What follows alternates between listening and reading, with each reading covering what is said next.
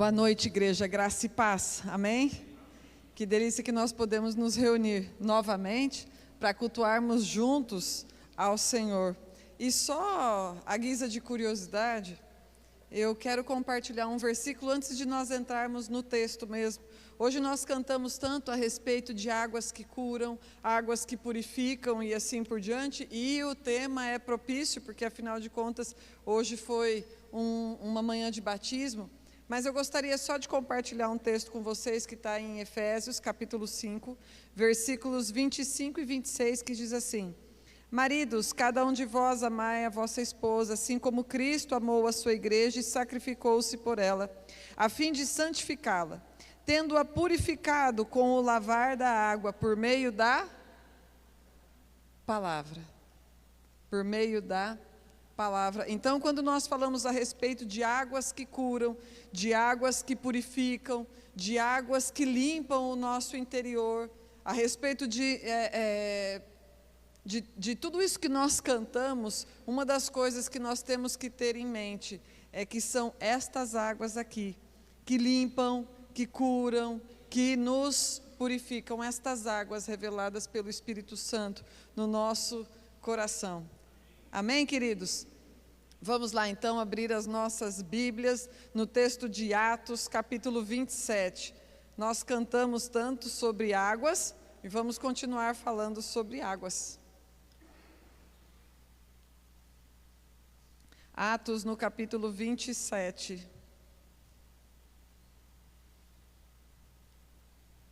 Nós leremos do versículo 21 até o 26.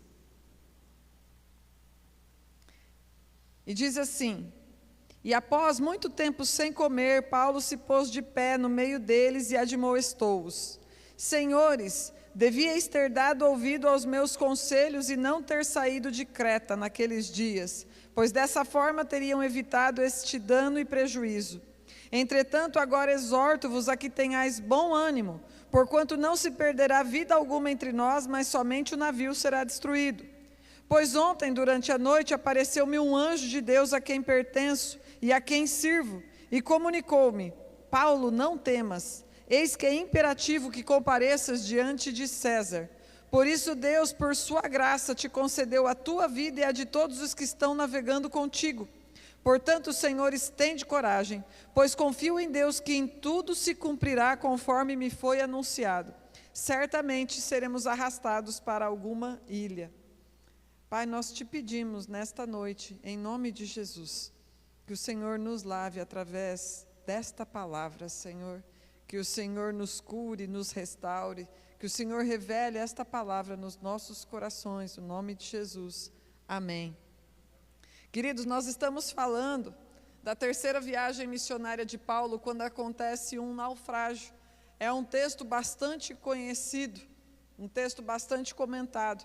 Paulo estava em Mileto. De Mileto, Paulo, orientado pelo Espírito Santo de que deveria ir até Jerusalém, ele sai de onde ele está, Mileto, ruma então para a Cesareia. E quando ele está ali na Cesareia, ele então recebe um profeta que fala com ele, chamado Ágabo, e aquele profeta Ágabo diz assim para ele, que muitas prisões, dores e sofrimentos e açoites, é isso o que ele vai receber nos próximos dias, é isso que o aguarda nas cidades pelas quais ele vai passar. E ele precisava ir até Jerusalém. E então os amigos de Paulo ali em Cesareia falam assim para ele: Paulo, não vá, fique aqui. E ele fala: meus irmãos, não falem assim comigo, vocês partem o meu coração, porque existe em mim a disposição tanto para sofrer pelo Senhor, como também morrer pelo nome de Jesus Cristo. E então eles falam: então seja feita a vontade do Senhor, e Paulo vai para Jerusalém. Ali, quando Paulo está em Jerusalém, ele comparece perante 3 autoridades, dentro do período mais ou menos de uns 3 anos. Ele comparece perante Félix, ele comparece perante Festo, e ele comparece perante o rei Agripa e a sua esposa Berenice. E nessas oportunidades, ele então compartilha a respeito do que Deus tinha feito na vida dele, a respeito de quem ele era. Ele compartilha a respeito do seu testemunho ali. E então, chega um momento em que Félix já está disposto a falar assim para Paulo: você quer voltar para Jerusalém e ser julgado lá em Jerusalém? E então Paulo, sabendo e entendendo que deveria ir para Roma, ele diz assim: eu sou um cidadão romano e eu então desejo comparecer diante de César. E aí, uma vez que ele deseja comparecer diante de César, então eles o enviam para Roma. Quando Paulo vai para Roma, parte ali da Cesareia, ele passa por uma navegação muito difícil. Quando a gente pega o mapa do mar Mediterrâneo, e aí se você digitar lá no Google mesmo, ou talvez no final da tua Bíblia tenha mapas que falem sobre a viagem missionária de Paulo, você vai perceber que ele sai, e o navio onde ele está vai costeando desde Cesareia, passando por toda a costa do Mediterrâneo.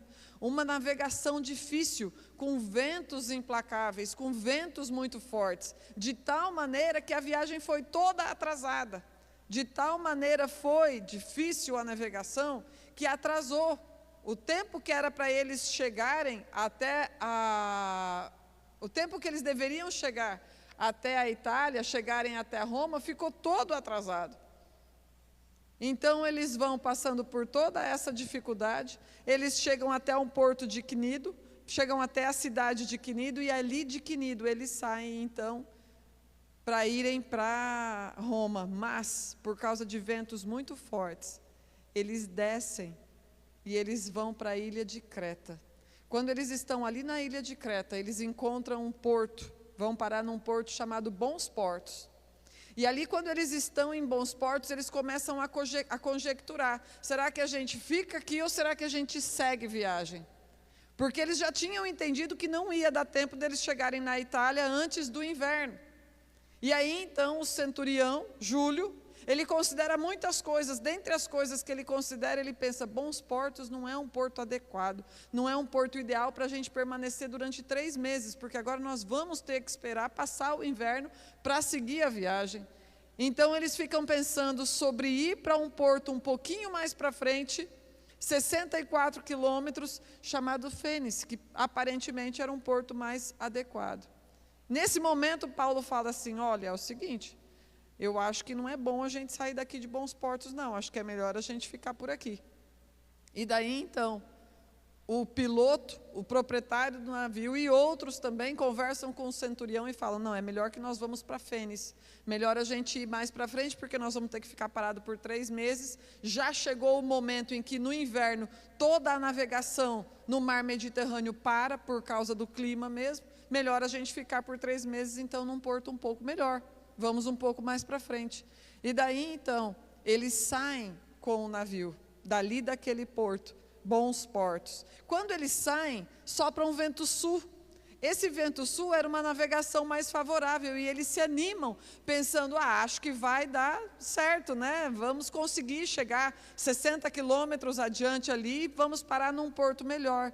Quando eles já estão com a esperança de que eles seriam bem-sucedidos naquilo que eles tinham escolhido, justamente vem um vento muito forte, chamado vento nordeste ou euroaquilão em algumas versões, mas era um furacão, uma tempestade muito forte, que tirou aquele navio do curso, e ao invés deles conseguirem ir na direção do ocidente, onde eles deveriam ir, aquele vento foi fazendo com que eles fossem descendo, e eles estavam preocupados, porque no norte ali da África existia a região de Sirte, onde tinham muitos bancos de areia, e eles corriam o risco de irem encalhar naquele lugar que era conhecido como cemitério de navios. E então eles começam a fazer muitas manobras, tanto para não irem parar naquela região, como também para o navio não afundar.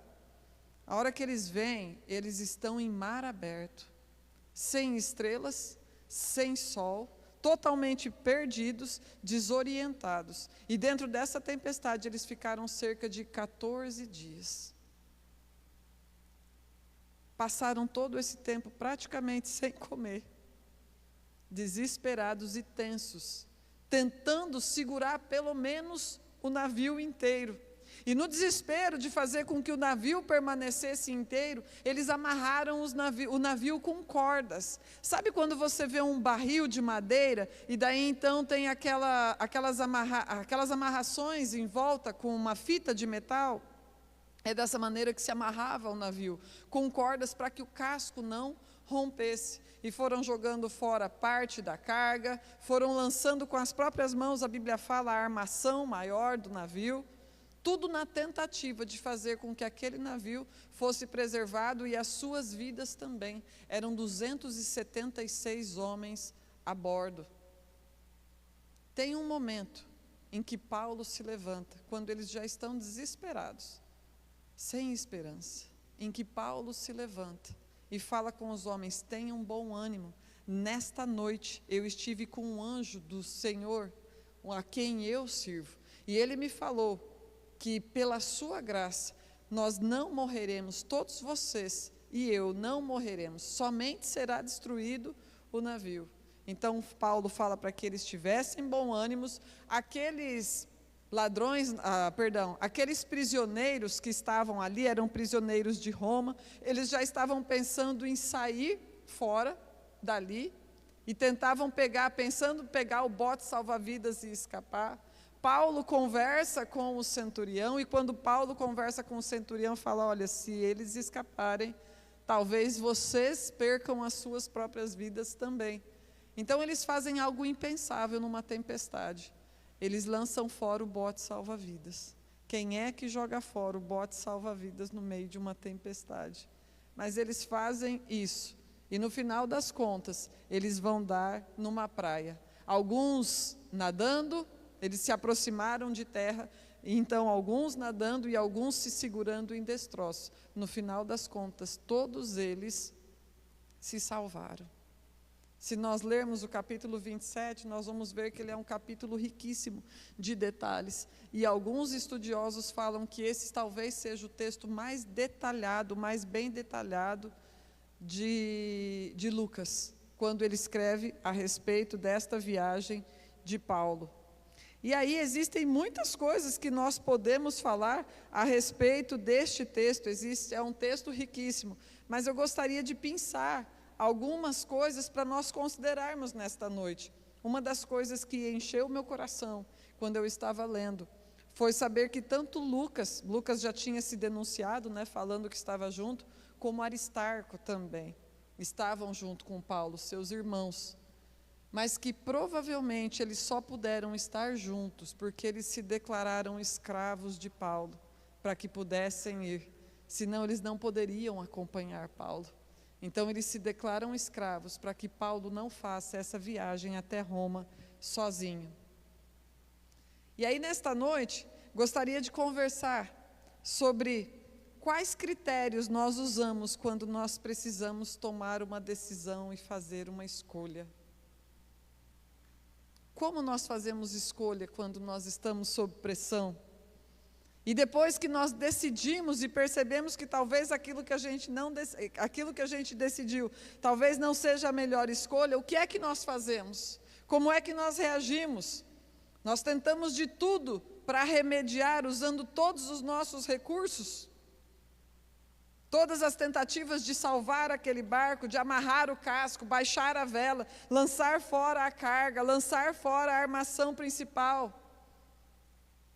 Todas as nossas tentativas de remediar uma situação, depois que nós possivelmente tenhamos feito uma escolha que não foi a melhor, as nossas emoções ficam mexidas. Já passou por essa situação? De fazer uma escolha, de tomar uma decisão e você depois percebeu que não foi a mais acertada?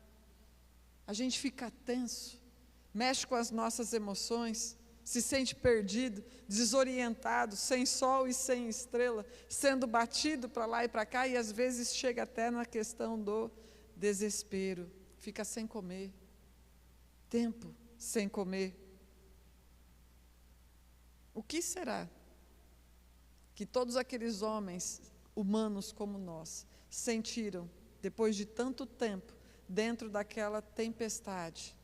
E Júlio, o centurião, juntamente com outros homens, tinham decidido que iriam sair de bons portos que era um porto inadequado do ponto de vista deles ali, e irem para Fênice. É tanto que Paulo fala assim: vocês deveriam ter me escutado, não é verdade? Deveríamos não ter saído dali de bons portos. Mas o que a gente pode observar nesse texto aqui, para que nós aprendamos a partir desse contexto, para que a gente entenda coisas que podem colaborar para que a gente tome más decisões, para que a gente faça más escolhas. E eu quero começar ali pelo versículo 9 do texto que nós lemos, 27, capítulo 27. Olha o que diz o versículo 9: tendo perdido muito tempo, agora a navegação por aquelas águas tornara-se por demais perigosa. Tendo perdido muito tempo. Queridos, o que acontece quando a gente perde muito tempo? A gente vai ficando impaciente. Não é verdade? A gente vai ficando impaciente. E impaciência não é uma boa conselheira quando nós precisamos tomar uma decisão. A palavra paciência do latim vem de pati, que significa suportar, resistir, aguentar. E do grego significa sentimento. Então, paciência ou ter paciência significa que você é uma pessoa que suporta dor, que resiste à dor. E uma pessoa impaciente é a pessoa que não resiste ou que tem pouca tolerância ou pouca resistência para a dor. É por isso, por exemplo, que quando nós vamos num hospital e as pessoas estão lá com enfermidades, com doenças, com dores, elas estão resistindo a uma dor. E por isso elas são chamadas de pacientes. Nem todo paciente é paciente, né? Mas as pessoas que estão lá são chamadas de pacientes por causa disso. Então, uma pessoa impaciente tem a ver com aquela que tem pouca resistência à dor, seja dor física, seja dor moral, seja dor psicológica, seja qualquer tipo de dor que for. Em geral, quando uma pessoa perde a paciência, pode ter a ver com um acúmulo de dores não saradas, com um acúmulo de dores e situações não resolvidas. A sua estrutura está carcomida, a sua estrutura está fragmentada de tal maneira que ela já não suporta mais, que ela já não aguenta mais. Alguém que não sabe esperar pode ter a ver com estruturas desgastadas, estruturas que foram destruídas, ou ela foi ensinada de tal maneira, ou ela conviveu com pessoas e aprendeu assim de tal maneira. Fato é que algumas coisas aconteceram para que ela já não tivesse mais paciência, para que ela já não tivesse mais resistência para a dor. Quem nunca, não é verdade? Quantos de nós, quantas vezes já perdemos a paciência? Chuta o balde, busca o balde. Chuta o balde, busca o balde. Hoje nós estamos muito acostumados com a velocidade, e nós já não temos mais tanta paciência para esperar. Nós não temos paciência para esperar um pedido de comida no restaurante que demore um pouco mais, ou se a internet demora um pouquinho para abrir algo que você está ali esperando, a gente já começa a reclamar. Nós não temos paciência para esperar o carro da frente sair ali para o lado direito, para que a gente possa seguir o nosso caminho. E isso para nós falarmos a respeito de coisas ordinárias, coisas que são do nosso dia a dia. Mas em relação a esperar o tempo de Deus para um projeto, ou esperarmos para falar no tempo certo aquilo que precisa ser dito. A Bíblia fala que a palavra dita no tempo certo, ela é como mel, ela é boa para o paladar e ela é também saúde para o nosso corpo. Esperar que Deus se manifeste a respeito de alguma coisa a fim de que a gente possa decidir. Esperar o casamento para ter intimidade sexual, entre outras coisas. Nós vivemos hoje um tempo em que nós não estamos mais acostumados a ter que esperar. E, em geral, nós não somos muito pacientes. Agora, a impaciência pode fazer com que a gente faça escolhas ou tome decisões que vão se revelar trágicas depois. Quantos de nós, por causa da impaciência, por causa da pressa, fizemos escolhas que não deveríamos ter feito, e depois a gente ficou tentando remediar a situação de alguma forma. Olha o versículo 11. Paulo deu o seu conselho falando: acho bom que a gente permaneça aqui. E aí no versículo 11 diz assim: todavia o centurião, em vez de dar ouvidos às palavras de Paulo, preferiu seguir as sugestões do piloto e do proprietário do navio. Queridos, o centurião, ele subestimou a opinião de Paulo. Ele não deu atenção para aquilo que Paulo estava falando. Afinal de contas, eu vou ouvir o proprietário do navio, eu não vou ouvir esse reles prisioneiro que eu nem sei quem é. Eu vou escutar a voz do especialista, eu vou escutar a voz do piloto.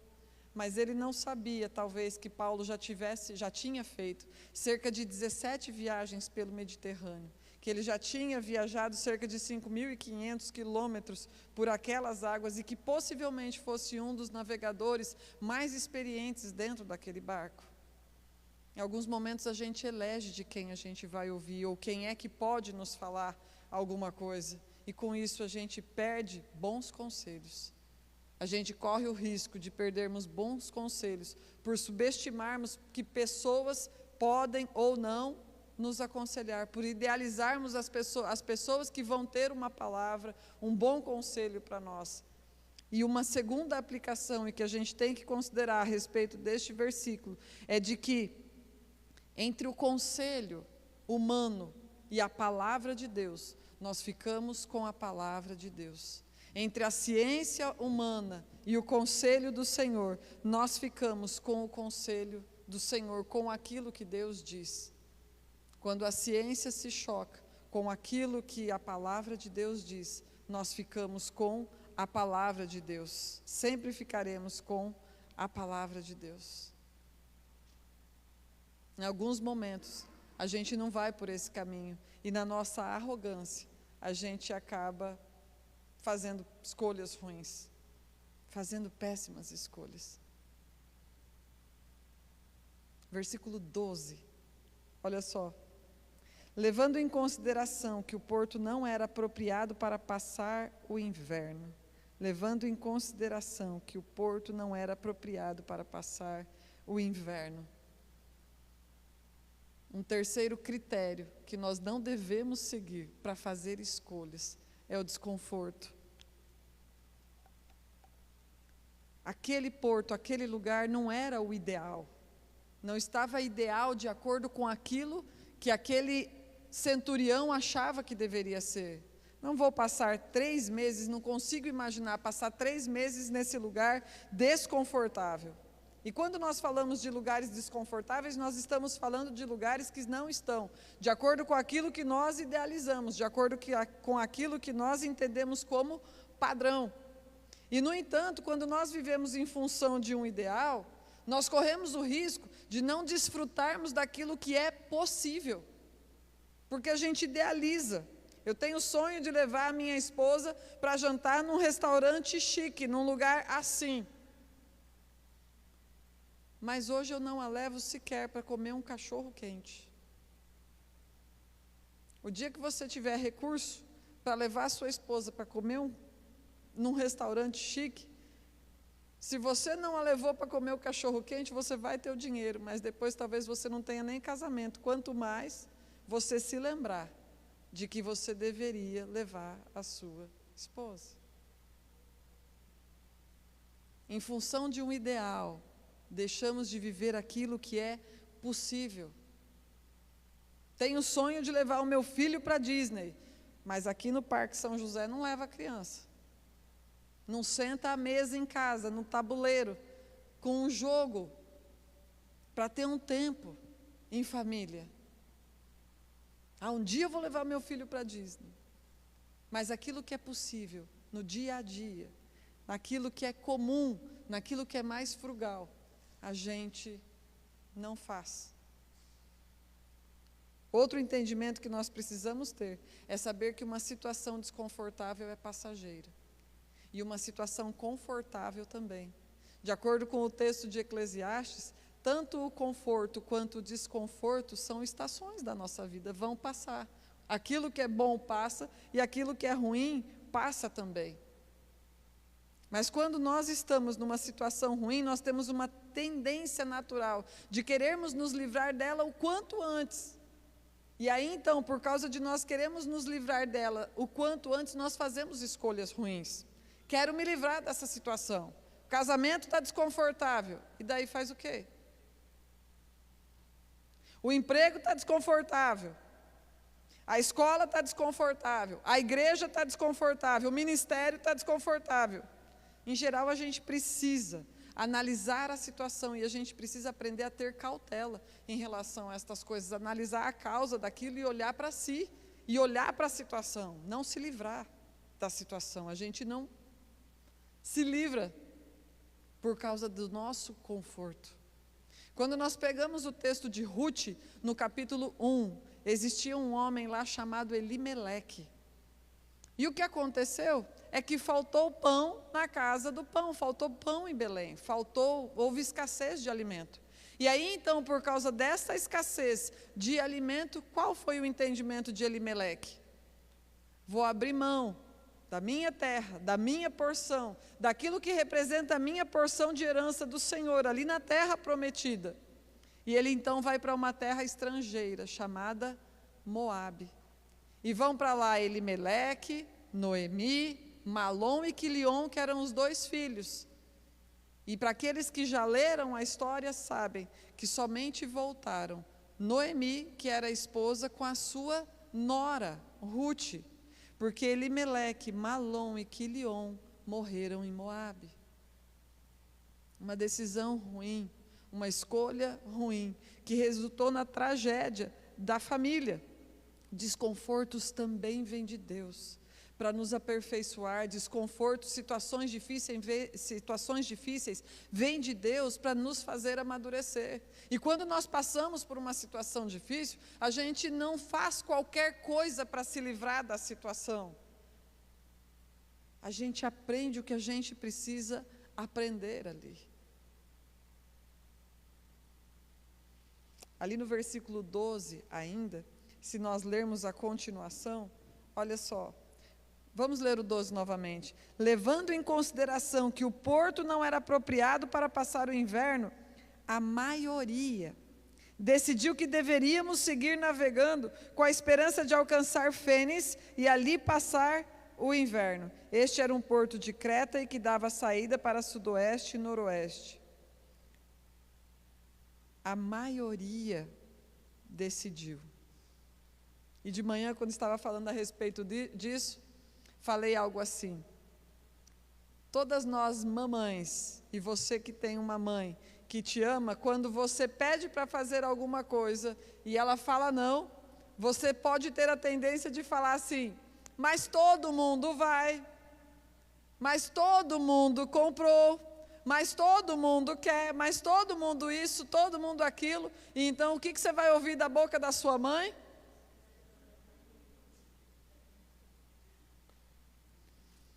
Você não é todo mundo. A maioria fez a escolha errada. Então o poder da maioria, esse efeito manada, que todo mundo sem pensar vai para o mesmo lado, é algo que pode nos levar a tomarmos decisões terríveis. Por que você fez? Porque todo mundo estava fazendo. Por que você mentiu? Porque todo mundo mente.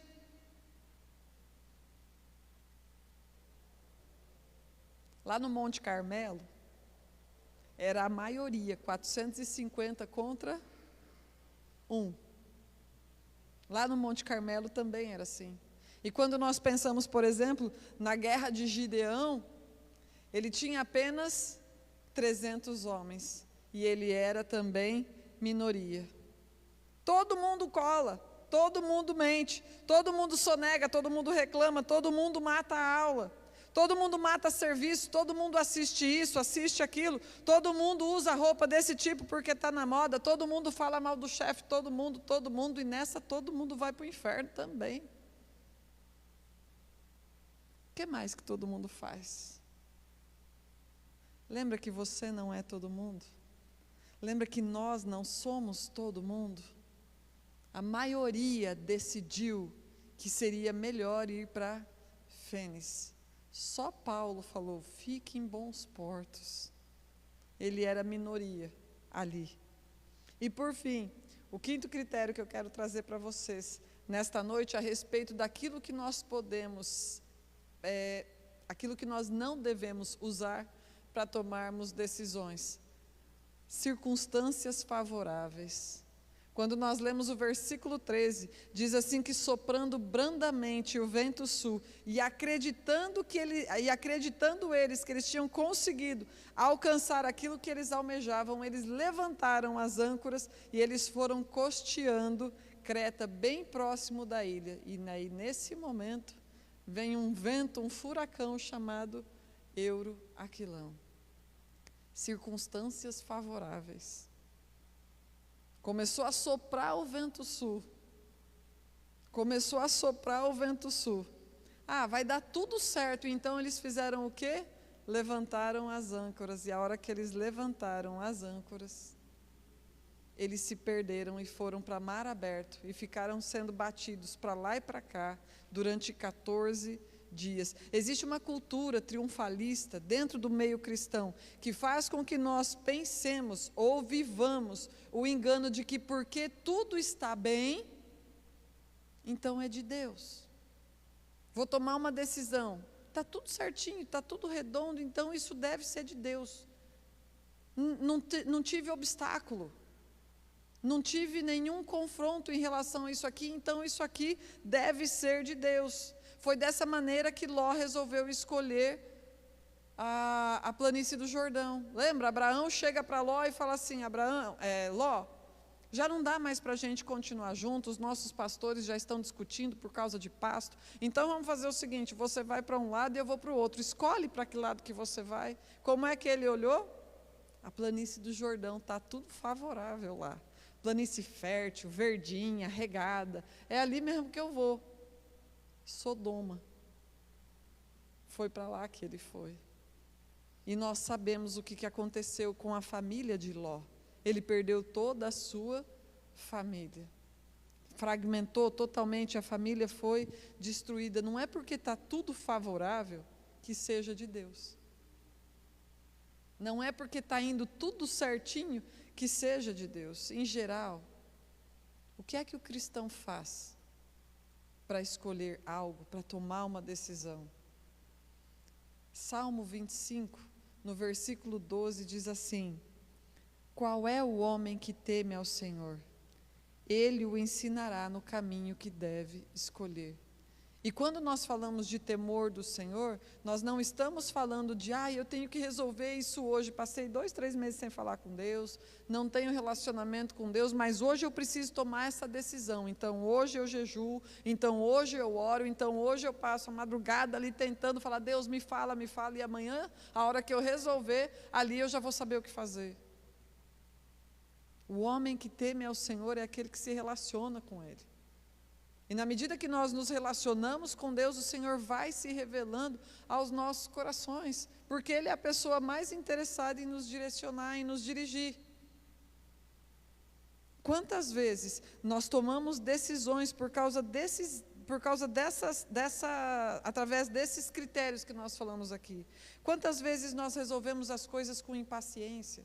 Quantas vezes nós decidimos as coisas baseados na nossa arrogância, elencando quem pode ou quem não pode nos dar um conselho, a quem nós ouviremos ou não, ou porque está desconfortável, porque a situação está ruim, eu quero me livrar logo dessa situação, então eu pego o atalho, eu pego o caminho que seja mais fácil, ou então porque todo mundo decidiu, eu vou decidir a mesma coisa, aquele efeito manada, vai todo mundo para o mesmo lado, e por fim, de acordo aqui com o texto, está tudo certinho, não teve nenhum obstáculo, Ninguém falou nada, então deve ser de Deus. Se está tudo certo, então deve ser de Deus. Nós precisamos ouvir a Deus em todo tempo. Em todo tempo. Em todo tempo nós escutamos ao Senhor quando nós precisamos tomar uma decisão, quando nós precisamos de uma direção de Deus. Aqueles homens ficaram 14 dias dentro de um furacão. E dentro desta situação, no meio desta tempestade, Paulo se levanta.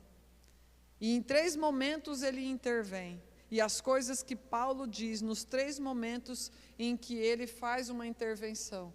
A primeira está em Atos 27, dos versículos 21 até o versículo 26. Tenham bom ânimo, porque nesta noite eu estive com o anjo do Senhor a quem eu sirvo, e ele já me falou que nenhuma vida vai se perder, só o navio será destruído. Queridos, ânimo não é pensamento positivo. E ânimo também não é uma alegria emocionada, porque isso é algo circunstancial.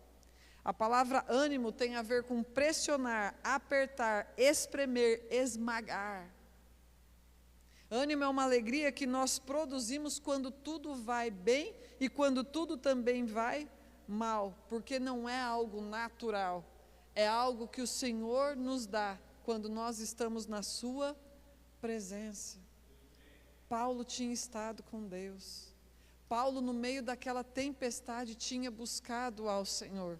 E o Senhor o tinha animado e falado: Paulo, é imperativo que você esteja com César. Você não precisa se desesperar da mesma maneira como todo mundo está desesperado dentro desse barco. Você não precisa perder a esperança, porque todo mundo perdeu a esperança também. E você não precisa agir como todos aqueles que estão aí junto com você. A minha presença está contigo, e eu estou te assegurando de que nenhum vai se perder.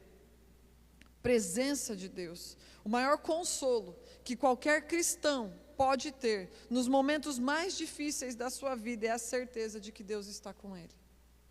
A presença de Deus é o que nos anima, e por isso nós não precisamos temer coisa alguma, e é por isso que Jesus falou: eis que estou convosco todos os dias. Todos os dias, todos os dias. O povo tinha pecado. Lembra da história do bezerro de ouro? O povo tinha cometido uma abominação terrível diante de Deus. Construído um bezerro de ouro, uma estátua, e estavam adorando aquele ídolo. E daí então, Moisés chega, vê toda aquela situação, tudo aquilo que tinha acontecido no arraial, lá em Êxodo capítulo 33. Então ele manda triturar aquela espada, Deus manda triturar aquela estátua, fizeram suco de ouro, tritura aquela estátua, mistura com água e todo mundo vai beber. Além disso, os levitas pegam suas espadas e agora vocês vão matar seus amigos, seus familiares, e 3.000 homens foram mortos dentro daquele arraial. Também uma praga se proliferou ali, de tal maneira que houve uma mortandade incrível. E até então Moisés, cabeça baixa, Deus dando aquelas ordens e a situação, ok, aceitando. Mas chegou um momento que Deus falou assim: e é o seguinte, Moisés, esse povo é empedernido, esse povo é obstinado. E o que vai acontecer é que eles novamente, nesta caminhada, nesta peregrinação até a terra prometida, eles podem pisar na bola novamente e eu vou fulminar esse povo. Então, para evitar que isso aconteça, eu espero vocês lá em Canaã. Vocês seguem viagem aqui pelo deserto, eu espero vocês lá. E daí então Moisés falou: epa, Deus, aí não. Até que o senhor estava mandando praga, até que você fez a gente tomar suco de ouro, até que tinha morte para cá, morte para lá, derramamento de sangue, ele não objetou. Mas quando Deus falou: vou retirar a minha presença, e a gente se encontra lá em Canaã, a Bíblia fala que Moisés foi até a tenda do encontro e suplicou ao Senhor: Deus, a sua presença é a única coisa que nos distingue das demais nações. A presença de Deus. Somente a presença de Deus. É a única coisa que nós temos que buscar, queridos, quando nós estamos dentro de uma tempestade.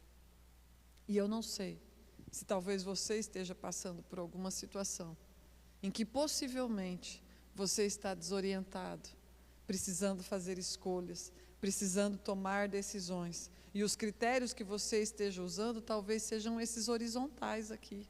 A impaciência, a pressão do tempo, o conselho da maioria, ou então está tudo favorável. Conselho do Senhor, busque a presença de Deus. Foi o que Paulo fez. No meio de toda aquela situação, e ali vendo o desespero de todo mundo, Paulo estava diante do Senhor. Paulo estava na presença de Deus. Essa foi a primeira intervenção de Paulo. A segunda intervenção de Paulo está lá em Atos 27, do 27 até o 32. Ele apelou para que aqueles homens permanecessem juntos. Eles estavam desesperados, porque na medida que eles foram se aproximando, eles perceberam que eles estavam se aproximando da terra. O receio deles, o temor deles, era que o navio, eles não estavam enxergando, era noite ainda, o temor deles era que aquele navio desse contra rochas, e todos eles morressem porque o navio ia bater em rochedos. Eles perceberam que as águas estavam ficando mais rasas, e então alguns deles resolveram pegar aquele bote salva-vidas e pensaram em lançar fora o bote e ali escapar, sair fora através do bote salva-vidas. Quem em sã consciência faz aquilo que Paulo falou para eles fazerem? Fiquemos juntos, ninguém vai pegar bote salva-vidas. E o que acontecia era que existia uma lei, de que se um soldado romano, se um centurião romano perdesse os seus prisioneiros, o centurião ia pagar com a própria vida a fuga daqueles prisioneiros ali. E é por isso então que Paulo, sabedor disso, falou assim: olha, se eles escaparem, daí já não tem mais o que fazer, vocês vão ter que se ver com Roma. E é por isso que os próprios soldados vão lá e cortam fora as cordas e soltam o bote salva-vidas. Quem em sã consciência, dentro de uma tempestade, solta o bote salva-vidas? Eram 276 pessoas, caberia todo mundo dentro do bote? Ia dar para salvar os 276 ali dentro daquele bote? O bote salva-vidas representa o nosso egoísmo, porque ele não salva todo mundo, salva só a sua pele. O que importa não é a coletividade, o que importa é eu me safar de alguma forma, o que importa é eu escapar dessa situação desesperadora de alguma maneira.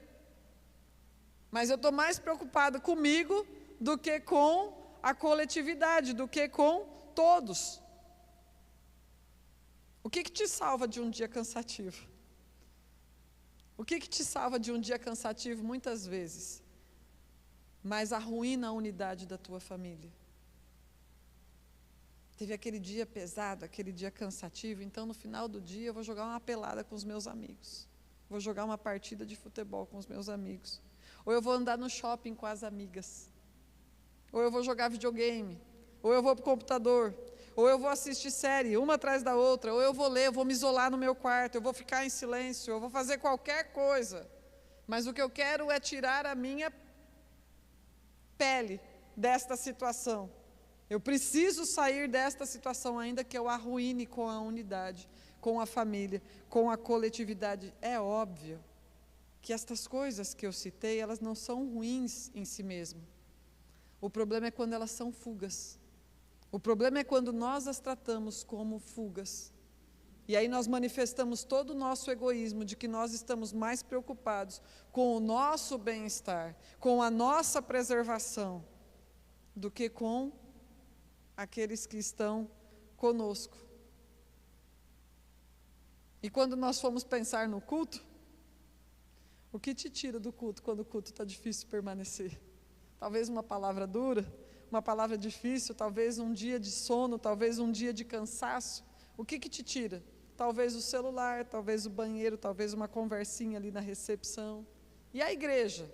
O que pode nos tirar da igreja? Uma rotina cheia de atividades? Não foi com a cara do irmão, o culto não estava de acordo com o ideal. Qual é o bote salva-vidas que você precisa lançar fora pela preservação da sua própria alma, para que você seja liberto do egoísmo e para a manutenção do coletivo, do bem maior, que é a família, que é a unidade da igreja, que é a tua equipe. E quando eu falo tua, queridos, é só porque eu estou sendo enfática, porque, na verdade, quando eu fui ler a respeito destas coisas, é claro que Deus falou comigo também. Somos nós, não é verdade? Somos nós.